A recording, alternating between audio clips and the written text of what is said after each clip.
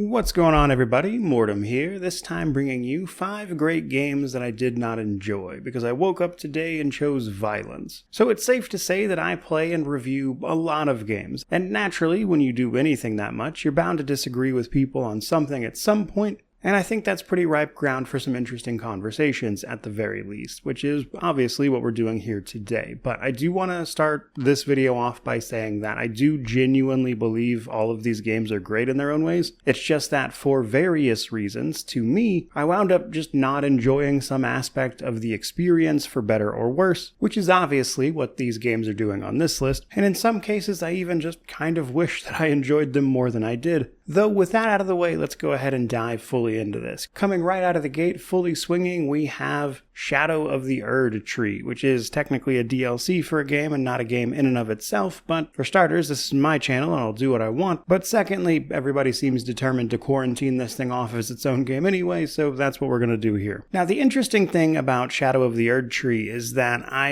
enjoy Elden Ring. I think it's great. Obviously with most people, I have bosses that I didn't particularly enjoy or sections of the game I don't enjoy running through, but by and large, I really liked Elden Ring. So when I jumped into Shadow of the Erdtree, obviously I was expecting to enjoy it, but unfortunately that's not really happened. But I do want to start this by saying that I think Shadow of the Erdtree is really cool in terms of a lot of its bosses and the actual lore. There's some really interesting stuff going on there. But unfortunately, Shadow of the Erdtree also has one mechanic in particular that I think attempts to solve one problem while simultaneously creating another that just fundamentally ate into my enjoyment of it. And that was, of course, the fragment upgrade system. I believe they're called Shadow fragments or something. I don't know how to pronounce that. I believe it's supposed to be like a play on the words with shadow, but you could just say shadow. But that slight annoyance aside, the fragment system is basically there, so your character isn't really dependent on their actual level or gear quite as much from the base game. It's meant to, of course, give a sense of progression to this DLC specifically. You run around, you find these fragments, you upgrade your fragment level, and then you get stronger because of that, more so than your stats and stuff from the runes. But I have a couple of problems with this. One, does it give a sense of progression to the DLC? Yes, it does. But on one hand, most of these fragments are just laying around, so you just run around and pick them up. A lot of them are easy to miss. And it's also weird to tie progression to just literally walking around picking these things up. You can even ignore half the fights next to them if you want to. Now, straight away, I just don't like that as a system because, I've already leveled up this character. It should be fine that they're strong, and then we can go on against these bosses. I don't think somebody who's already invested all this time to build up a character necessarily has to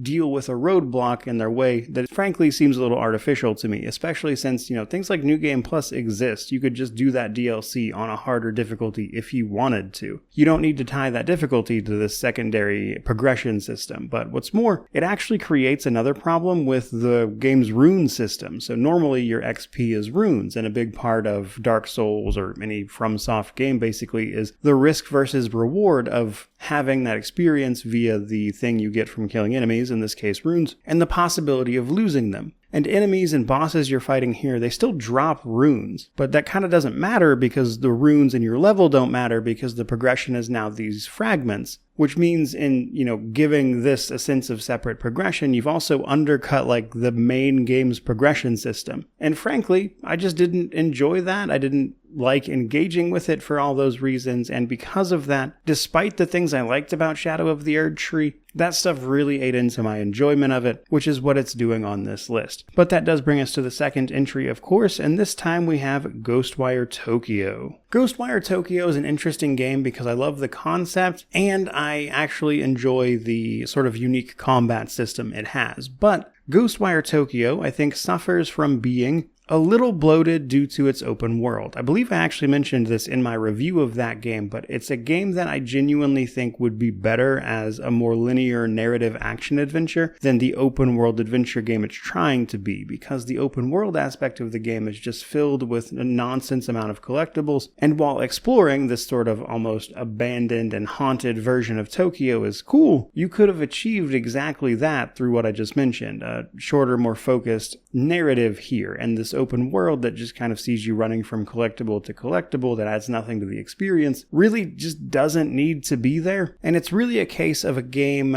I would say, needing to understand that sometimes less is more. Though to throw Ghostwire Tokyo a bone here, they did release that, I believe, free DLC called the Spider's Thread, which is like an almost side quest-esque thing, battling yokai in this school, and that was really awesome. I enjoyed that a lot, in fact, because it was a more focused narrative experience, that if anything, I felt kind of proved my point. But that nonetheless brings us to our third entry with BioShock Infinite. Now, this is an interesting one because I kind of think that if I had played this game when it released, I probably would have enjoyed it more. But having played it relatively recently, for the first time, having gone through the BioShock series as part of the channel so I could experience them for myself, I just didn't really enjoy BioShock Infinite that much, and it's largely because in respect to the first two games, it feels like a step back, and like, yeah, sure, some of the gameplay feels better, but it starts to fall apart beyond that for me for a couple of reasons. For one, I enjoy the story for the most part, but once you start bringing in like multiverse and time travel aspects,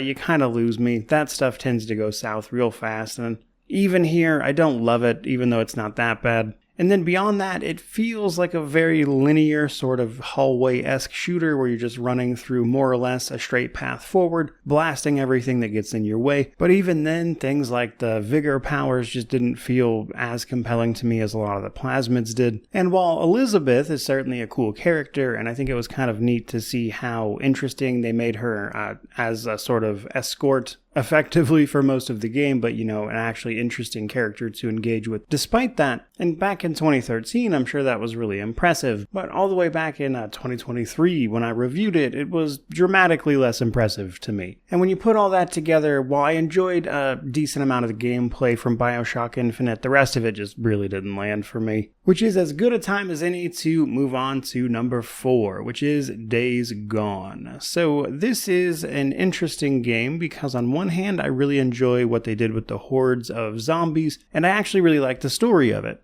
But unfortunately, the rest of the game I think leaves a lot to be desired because most of it is in many ways a sort of standard traditional open world that is not super fun to explore. I like the visuals of a place like the Pacific Northwest, but they made actually exploring that area just not super compelling. Like, if you're not fighting the hordes or if you're not chasing down the narrative, the rest of the game feels very bland. But the problem is that's a not insignificant amount of the game that feels pretty bland. And when you put all that together, you get a game that feels good but not great to me. And there's frankly too many games doing the same type of stuff, and the parts that I liked about it simply weren't enough to carry it the rest of the way across the finish line for me. And then there's a whole bunch of like just little details that didn't quite jive with me.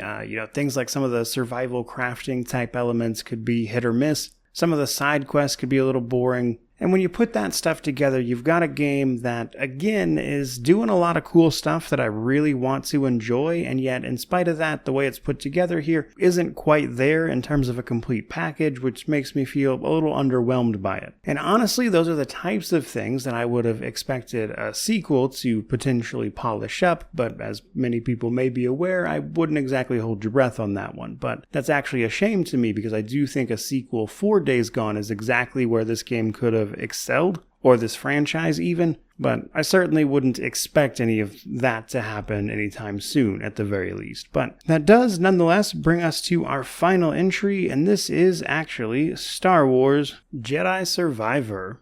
Now, I specifically wanted to include this one because a lot of why I don't like it comes down to just straight up performance and other various technical issues, because beyond that, I actually really like Jedi Fallen Order. But unfortunately, when I reviewed the game, the performance was so bad that it was difficult to play the game, and while some of that's been alleviated since its launch, not all of it. You will actually still encounter people having no small amount of trouble with it even these days in 2025. And then there's, of course, the fact that you have to use the EA app despite the fact that it's being a single player game. And I don't know if you've ever tried to use EA's app, but it is, let's say, less than reliable. And that's a real shame considering we're coming up on this game being released for like 2 years now. And so simply put, it's very hard to enjoy a game when it runs incredibly poorly. no matter how good your game is, it actually being able to run at the very least decently well for most people is sort of a prerequisite. And while I do think that whether we like to admit it to ourselves or not, there is actually a certain margin that people will simply accept. Look at something like New Vegas. It's, a great game, but it's not exactly known for running well. But there's absolutely a certain line at some point where it's like, no matter how good this game is, if it runs so badly that a significant chunk of people have trouble just getting the game to run, it's gonna be a huge issue. And the fact that it's still an issue several years later is disappointing, frankly. So, as cool as I think Jedi Survivor is, all of that simply gets overshadowed by how poorly the game runs, which I think is a real shame. But that, I think, is as good a place as any to wrap up this particular video. So with any luck you enjoyed it, by all means let me know down below. Preferably some great games that you actually enjoyed, or great games that you weren't a fan of for one reason or another, which naturally means to like, comment, subscribe, all that YouTube jazz. But regardless of any of that, truly, just thank you so much for watching. I really do appreciate it. May you wander in wisdom and have an amazing day.